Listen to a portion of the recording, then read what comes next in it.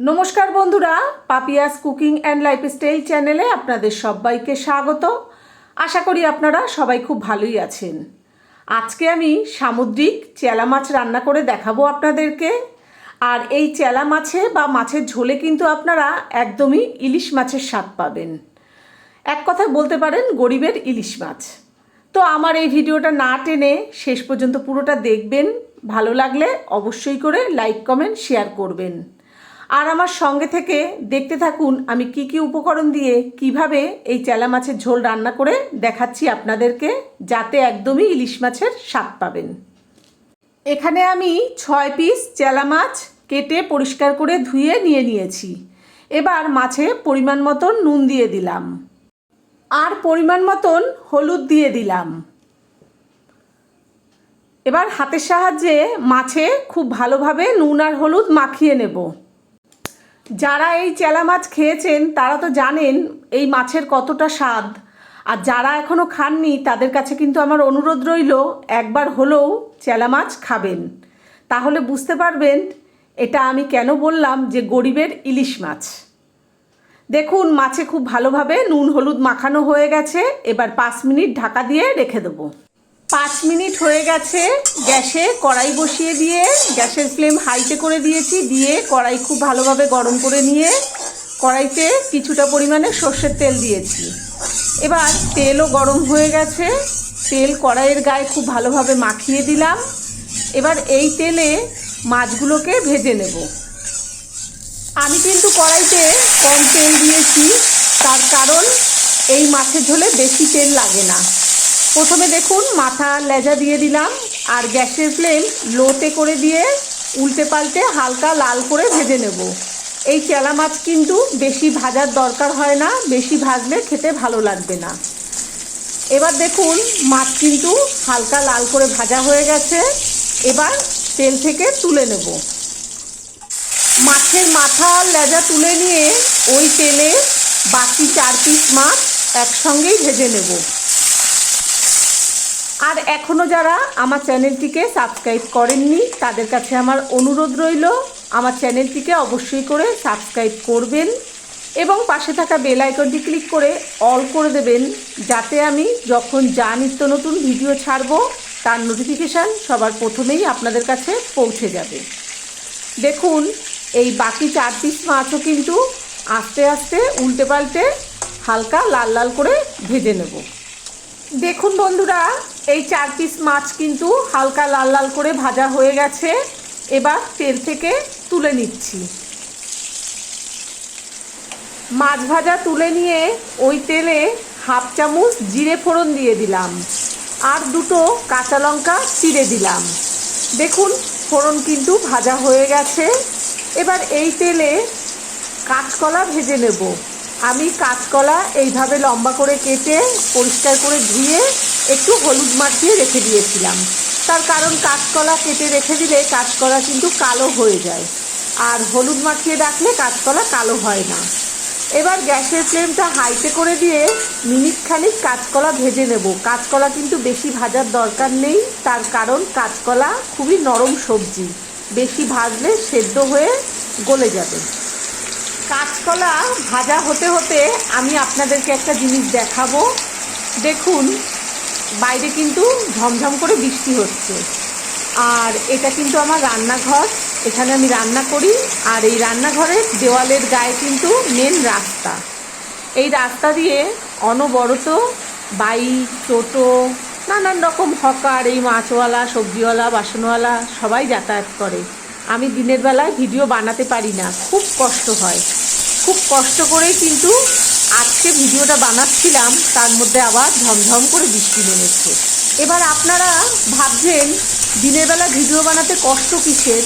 আসলে দিনের বেলা ভিডিও বানাতে গেলে এই যে রাস্তা থেকে অনবরত গাড়ি চলে, হকার যায়, নানান রকম আওয়াজ ভিডিওর মধ্যে চলে আসে, তখন ভিডিও কথাগুলো শুনতে খারাপ লাগে।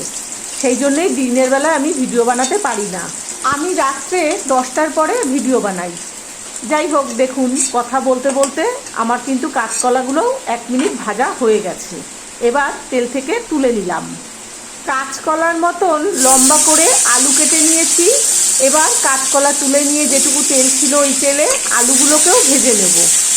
গ্যাসের ফ্লেম মিডিয়ামে দিয়ে আলুগুলোকে বেশ লাল লাল করে ভেজে নেব। দেখুন বন্ধুরা, আলুগুলো কিন্তু লাল লাল করে ভাজা হয়ে গেছে। এবার আলুর মধ্যে অল্প করে একটুখানি জল দিয়ে দিলাম। এবার কিছু গুঁড়ো মশলা দেব।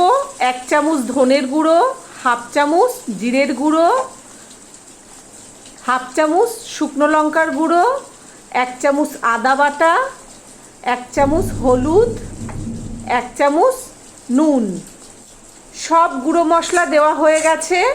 এবার আলুর সঙ্গে খুব ভালোভাবে এই মশলা কষিয়ে নেব।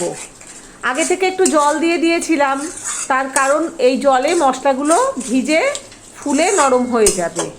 গ্যাসের ফ্লেম লোতে রেখে আস্তে আস্তে আলুর সঙ্গে মশলা কষিয়ে নেব। মশলা মোটামুটি কষানো হয়ে গেছে। দেখুন মশলার থেকে হালকা হালকা তেল ছেড়েছে। এই পর্যায়ে আগে থেকে ভেজে রাখা কাঁচকলার টুকরোগুলো এই মশলা আর আলুর মধ্যে দিয়ে দিলাম।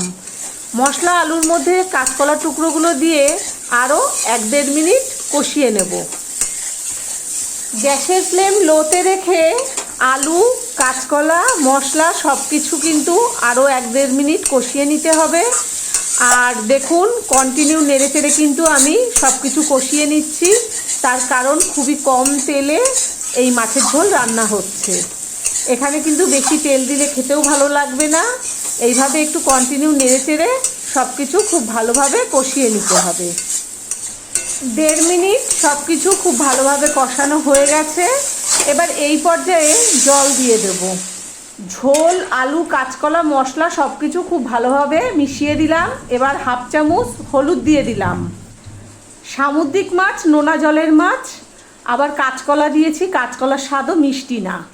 সব দিকে খেয়াল রেখে 1/4 চামচ চিনি দিয়ে দিলাম। চিনি আর হলুদ খুব ভালোভাবে ঝোলের মধ্যে মিশিয়ে দিলাম। এবার 2 মিনিটের জন্য ঢাকা দিয়ে দিলাম, গ্যাসের ফ্লেমটা হাইতে করে দিয়ে। 2 মিনিট হয়ে গেছে। এবার আমি ঢাকাটা খুলে দিচ্ছি। দেখুন ঝোল কিন্তু খুব সুন্দর ফুটে গেছে।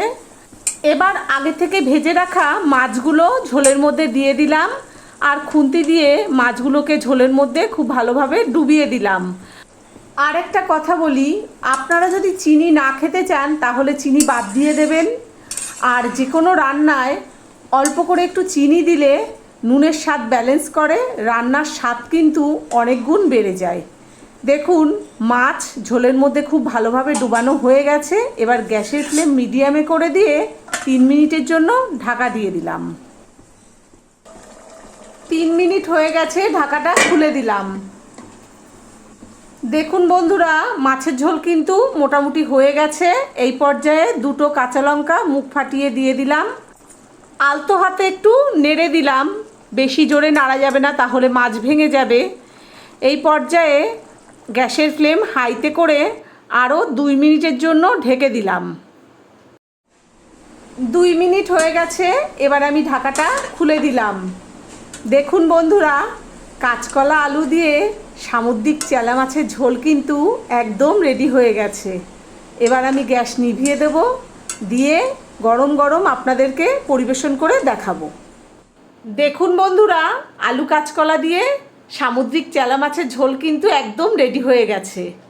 আশা করি আপনারা দেখে বুঝতেই পারছেন যে ইলিশ মাছের ঝোলের থেকে কোনো অংশেই কম হয়নি। যাই হোক, আজকে আমি যেভাবে এই মাছের ঝোল রান্না করলাম, আপনারা বাড়িতে ঠিক এইভাবেই রান্না করবেন, করে গরম গরম ভাতের সঙ্গে নিজেরা খাবেন, সবাইকে খাওয়াবেন। আশা করি আপনাদের সবার কাছে খুব ভালো লাগবে।